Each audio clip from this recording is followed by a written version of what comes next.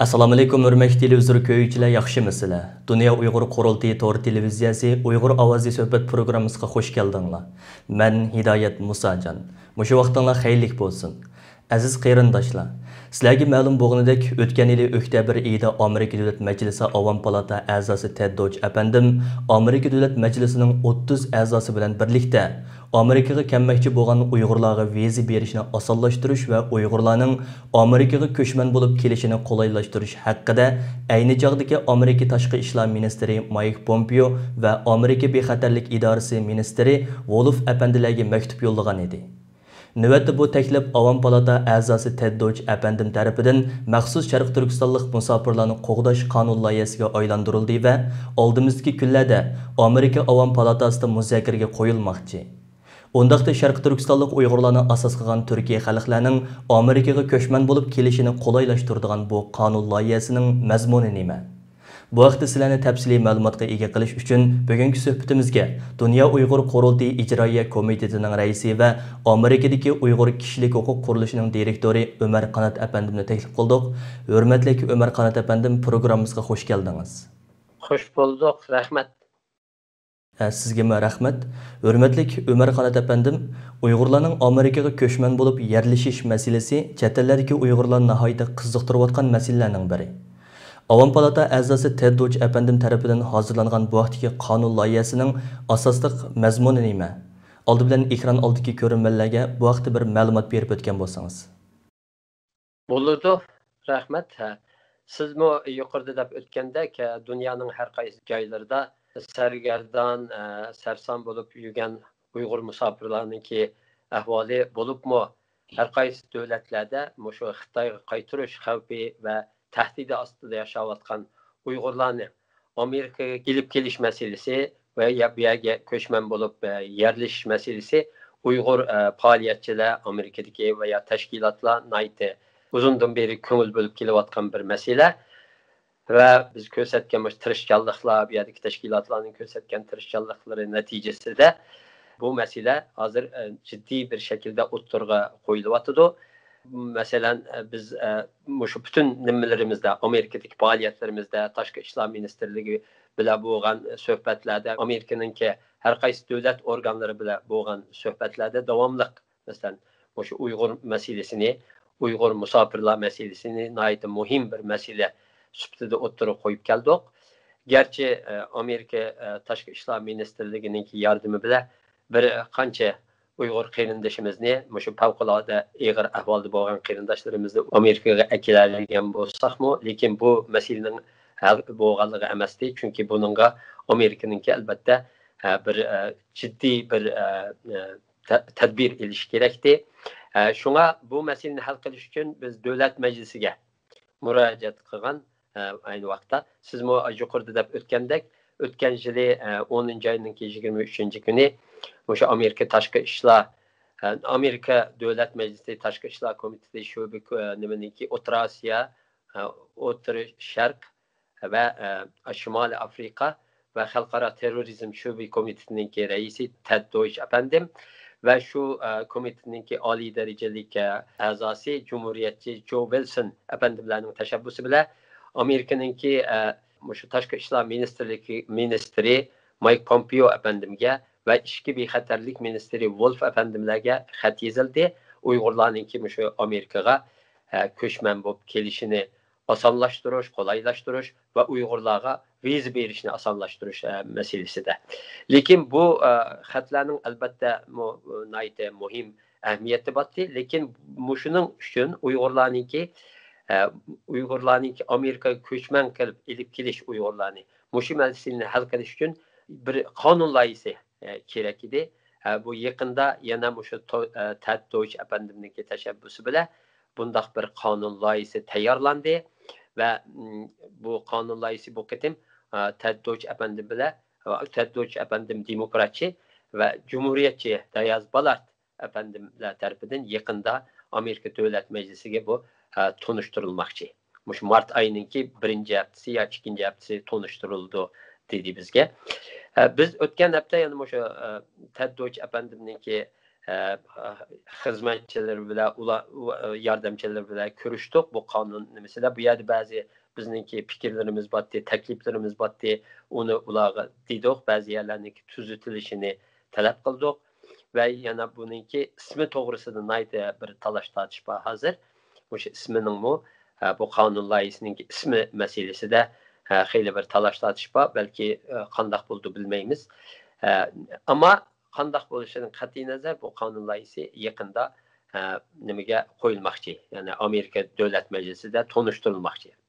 Bu qonun loyihasining asosli mazmuni nima desangiz, qonun loyihasining asosli mazmuni Uyg'urlarga P2 statusi berilib Amerikaga akilish.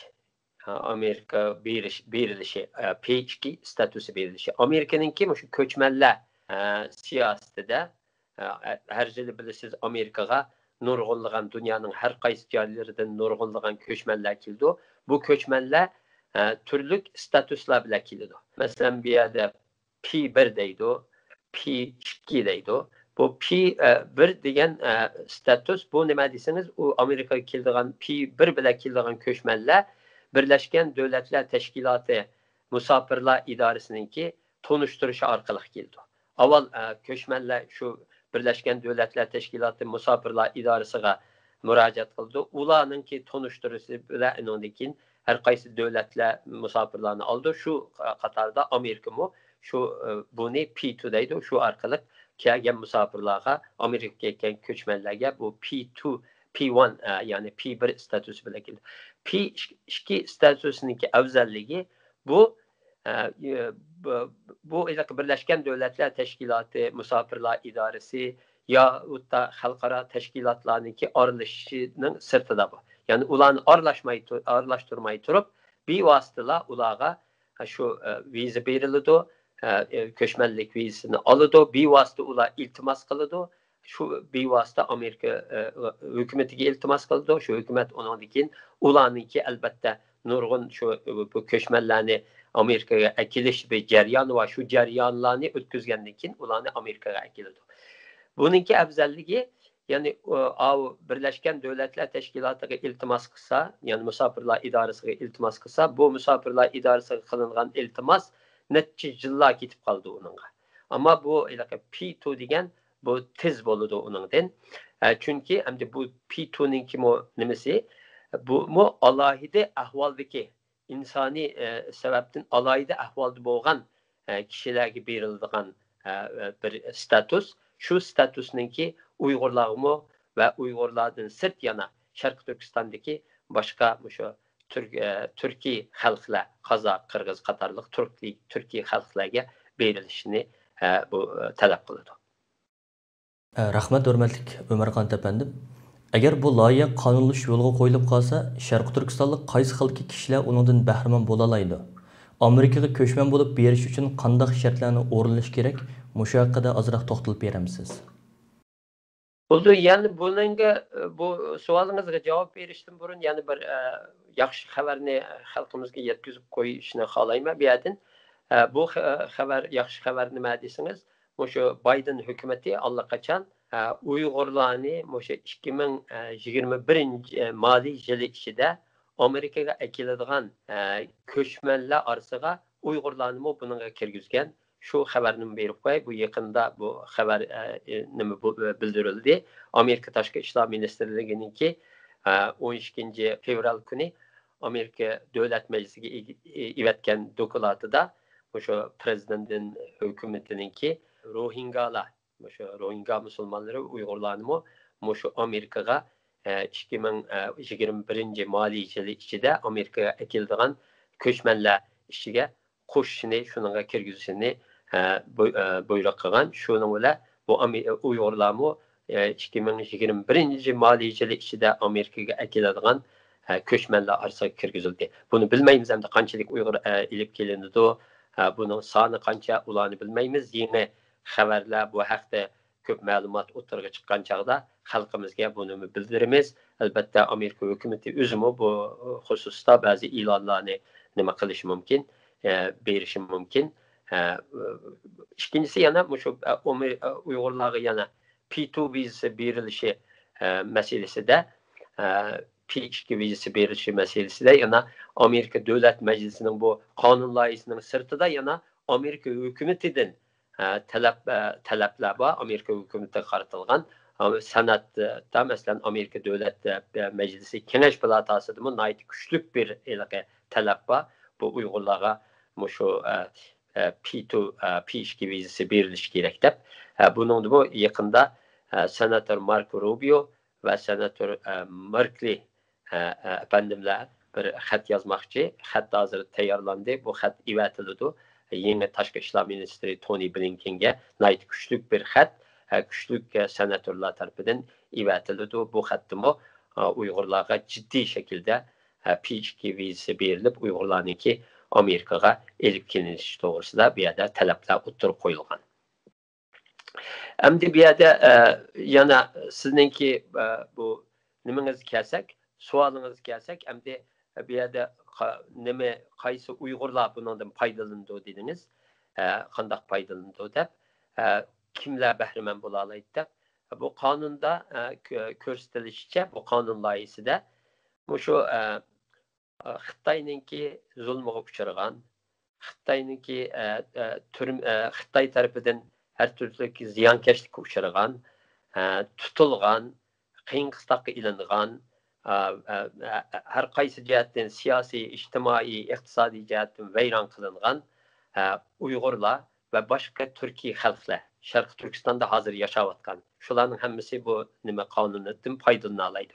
Ikkinchisi Sharq Turkistonda emas, Xitoyning ichki ülkelerida hozir turayotgan, navbatda u yerda turayotgan şu bayam degan yuqorida deb o'tgan shartlarga ega Uyg'urlarmi va boshqa Turkiy xalqlarmi bundan foydalanadi. Uchinchi yana sinfdagilar, uchinchi qatordagilar kimlar desangiz, ular Xitoyninki shu zulmidan, Xitoyninki azobidan, Xitoyninki tahdididan qechib jinni qutqizish uchun uchinchi davlatlarga panohlangan, uchinchi davlatlarda panohlangan. Lekin hozirgacha o'sha panohlangan davlatlarida muqim bir qonuniy statusga ega bo'lolmagan Uyg'ur va boshqa Turkiy, Qozoq, Qirg'iz qatorliq boshqa Turkiy xalqlarni o'z ichiga oldi. Ya'ni mushu nimadagi insonlar, kishilar, Uyg'ur musofirlari veya boshqa Turkiy xalqlardan bo'lgan bu qarindoshlarimiz bu qonundan foydalana oladi. Ama o devletlerde, özleri panahlangan devletlerde, şu devletlerninki vatandaşı bolup bolgan, şu devletlerinin devlet tevelligini ep bolgan qarindoshlarimiz bundan faydalanmaydı. Yani kimler bundan faydalandı degan çağda 2009 yılı veya 2009 yıldan keyin Sharq Turkistondan başka devletlerge geçip çıkan Xitoydan jinni qutqizish uchun boshqa davlatlarga chiqib panohlangan kishilar bundan foydalanadi. Ya'ni uzun bir yil orqaga ketadi. Rahmat Umarxon efendim. Endi hozir Turkiya qatorliq ba'zi ellarda yashayotgan Uyg'urlar ichida pasportsiz va iqomatsiz turayotganlarning soni az emas. Bundaq bir sharoitda ularning Amerikaga ko'chman bo'lib bora olishi mumkinmi? Elbette bir yerde deyilgen bayam kanunda deb öttüm. Yani o Uygurlarınki şu qaysi musafirlar kelaleydi bu kanun statüsü berildiğen bunun ilgi bolalaydigan ilgi buluş hakkıga sahip insanlarını bayam sanap öttüm. Ularның bir nimesi kim desiniz? Ular şu bağan panahlanıp bağan devletlerde hiç kandak siyasi nimege ilgi bulanmagan adamlardı. Statüske ilk bulanmagan adamlarda. Bularninki elbette bu yerde bularninki Xitoy hukumatının bularning pasportini uzatmaganligi uchun bular o'zininki ashadagi qonuniy statusini yo'qotib qo'yganligi, hatto nurg'unninki hech qanday qonuniy statusning bo'lmaganligi o'ttirida. Buni dedik, albatta shu degan modda ashunga mençe kirdi deb o'ylayman. Chunki ularninki hech qanday qonuniy statusi yo'q, qo'lida dokument yo'q. Bu qiyinchiliklarni biz Amerika hukumatiga, Amerikaning shu qonun chiqargan, qonunni tuzayotgan insonlarga bularni deb o'tdik. Ya'ni bizningki hech qanday bir hatto o'zimizningki balki kimligini akilishda qiyinchilik bor. Bu yer chunki u yer bilan hech qanday munosabat yo'q, hech qanday aloqa yo'q. U yerdan har qanday masalan bizningki juh nimalarni so'raydi shu siyosiy panohlik nimalarida masalan deydiki o'zingninki masalan to'y xitingni olib kel deydi, tug'ilgan tug'ish nimasini olib kel deydi. Bularni olib kelish mumkin emas. Chunki bularga dedik biz chunki bu nimalarni biz ekilenmeydi hech qanday Uyg'ur hozir. Ularning hech qanday aloqasi yo'q va u yerdagilarmi hech qanday biri petinib u nimalarni avatib berolmaydi. Shuningga bular bu nima diqqatga ilinishi kerak deb dedik biz. Yana bir nima deb o'tib ketay. Bu yerda albatta biz buni yaqindan bayam deb o'tganimdek kuzatyapmiz.